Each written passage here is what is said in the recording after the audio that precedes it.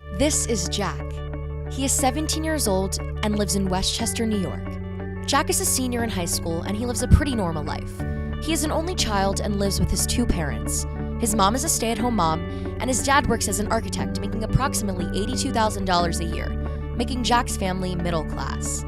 The time has come to apply for college. Jack has a 3.8 GPA and an SAT score of 1250. He is the president of the photo club and has a passion for basketball.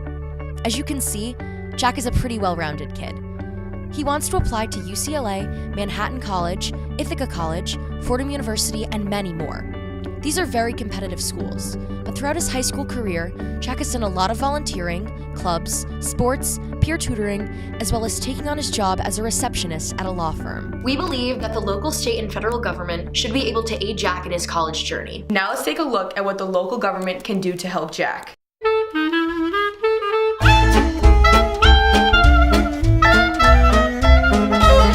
Researching the type of scholarships that Westchester offers, we found that only one scholarship exists. This scholarship is only catered to low-income students with academic promise. Westchester is also partnered with blackxl.org, a company that offers scholarships specifically to African-American students. The problem we have with this is that there isn't enough opportunity for Jack within the local government for financial aid, as a scholarship program that fits Jack's attributes does not exist. Westchester is in the top 50 most wealthiest counties in the United States. With this being said, the local government should have the financial capabilities to provide more scholarship opportunities to a wider range of students. There should be more local scholarship opportunities for people like Jack. Counties such as Westchester definitely have sufficient funds to provide ample scholarship opportunities. More money should be allotted to that, as the local government should care more about their young citizens' futures. To add on, local scholarships are much more individualized, as the pool of people that are applying to these scholarships is much less. Therefore, students across America have many more opportunities to obtain a scholarship. Now let's see how the federal government can aid Jack.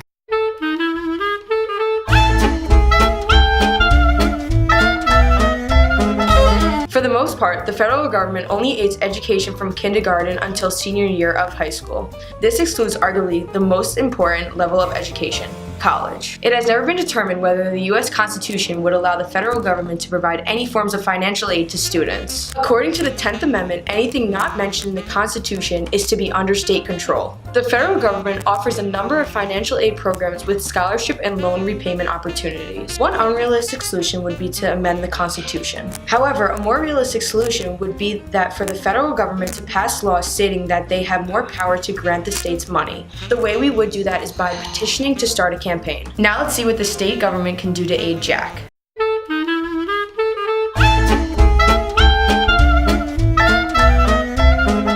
New York State plays the biggest role in financial aid for Jack, as it is by law their obligation. The states have too much control in this process, and the federal and local governments have very, very little. We believe that the states should take on less of a load when it comes to handling most aspects of financial aid, allowing students to get aid from other sources, such as the local and federal governments. The state provides nearly all the scholarship opportunities for students. New York alone offers 2.7 million possible scholarships. There are so many opportunities from the state that the local and federal governments feel no need to play a role in financial aid. The local and federal government should provide more financial aid programs and scholarship opportunities to balance out the power that the states are granted with. This will increase the potential aid given to the students, as there is more of a variety of places to seek financial aid in. Therefore, having the local and federal governments invest more money into education would only better America's future.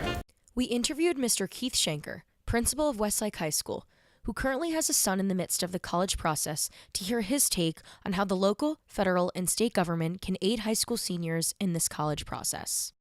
Do you believe the local governments should aid students financially via scholarship programs? I think there are important factors in college admissions and how to help students pay for college because of the expense that all entities, local, state, and federal, really have to kind of think about how to combine forces to make college work for all kids who actually have earned it and want it. Do you believe that colleges should value grades less and other attributes more when it comes to scholarship opportunities? I do believe that driving every application down to, and every student applicant down to a number gives a very warped sense of what the value of a student's or a person's worth is. When you make it known that at the end of your 12 years of schooling, 13 years of schooling, you want to include kindergarten, that you've come down to a number. We've actually reinforced what I think our society isn't about, which is you are more than a number. You are more than your social security number. You are more than an individual who has succeeded or not succeeded in certain disciplines and subjects on tests. So the reducing down of individuals down to a number is, I think, a warped way of admittance, because it doesn't always value, I think, the other things that, one, I would say our society, and probably the world, but our society holds as important. Do you think more young voters will affect the cost of college in the future? I think the election of 2016 on the federal level raised the issue of college for all and free college for all. And I think it did, I think it brought it out in terms of a national issue, in terms of people finally looking at the reality of $70,000 a year for college and how many families really can, or how many kids can get loans for that amount of money and earn enough in a salary that you get from your degree after 4 years that allows you to pay that off and not live in your parents' basement. So I think it became a national issue because colleges have gotten so exorbitant. Even, in New York State at least, in New York State college tuition, SUNY, you're still looking at $20,000 to $25,000, which now in retrospect seems reasonable when you're looking at $70,000 for a private school, but $25,000 a year for an average family is expensive. Should the state government make state colleges more affordable for out-of-state applicants? I think every state, to my knowledge, has a state college system, whether there is it as, I would say as advanced and as large as a SUNY system or smaller, doesn't really matter. There are some states, Georgia's one of them, Florida's one of them, there are several states that actually, if you're an in-state resident and you have a B or better average, that tuition is either free or extremely reduced. And I think those programs for in-state students, where the state has kind of guided and assessed kids and knows the level of education that they receive, I think state colleges really should be more geared towards the students who live in that state. The out-of-state tuition, if someone's really applying from out-of-state, I think the states should, you're not going to kill somebody for applying from out-of-state in terms of saying, oh, well, we charge $20,000 for an in-state, but we're going to make it $70,000 for out-of-state. I don't think they should do that. But if you are an out-of-state resident trying to benefit from a system that is funded by taxpayers within the state, you should be making up the difference of what that funding cost difference should be. You can't have college accessible to all when financially college is not accessible to all, not accessible to all, not accessible to all.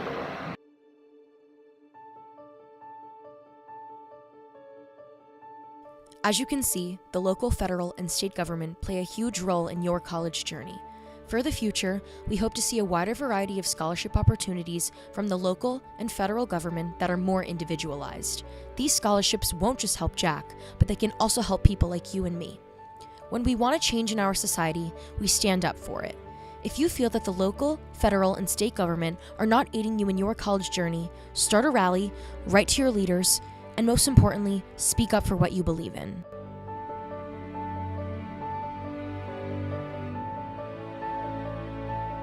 On another note, we are happy to announce that Jack will be attending UCLA's business program next fall. With the help from our government, Jack was able to obtain financial aid for his upcoming school year. See you in California, everybody!